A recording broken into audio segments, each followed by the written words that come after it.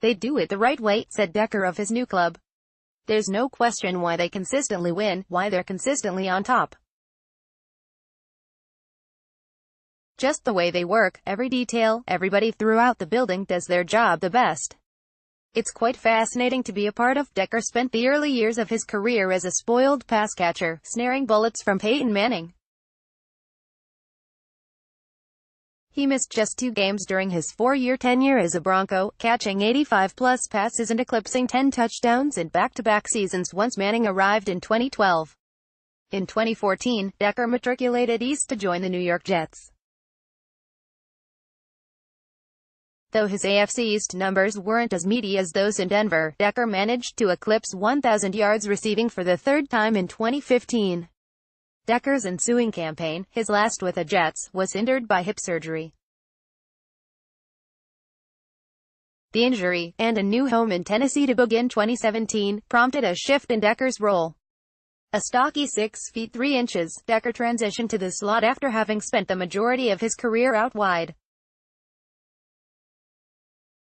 He didn't enjoy much of a grace period, struggling to gain traction. Decker averaged a career-low 10.4 yards per reception with the Titans and scored just once on 54 receptions. Yearning for the days when he caught passes from Manning and ran routes designed by McDaniels, Decker turned his gaze to New England in the off-season, hoping to garner interest from a team he knew was all about winning.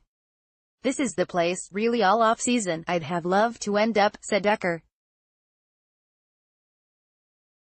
Decker's wishes were granted at an opportune time for a New England receiving corps whose depth is being tested.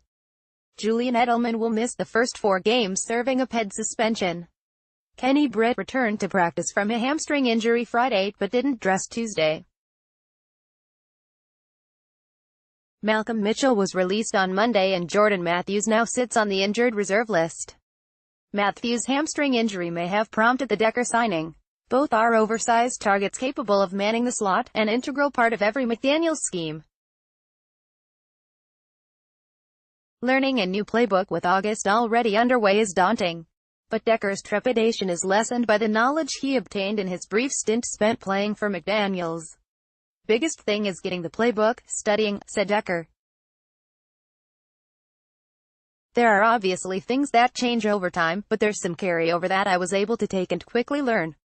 There's a lot of new stuff, too, that I have to catch up on. Serving both Manning and Tom Brady in the span of a single career is a select privilege.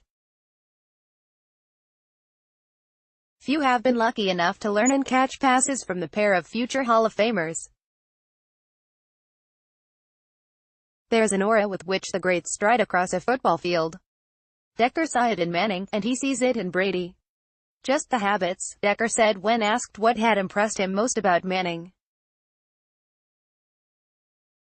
"How he came to work, how he took care of himself physically, the way he watched tape, the way he practiced, the extra work that he put in, those things translate Sunday.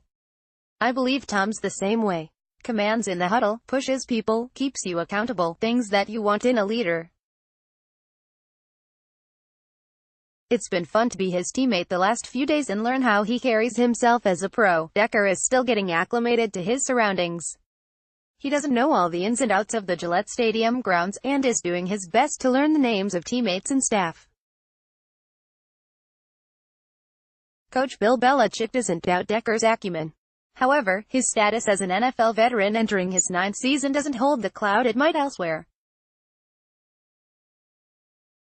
"The message from up top is clear as a crystal: produce as you once did, and you'll carve out a role here.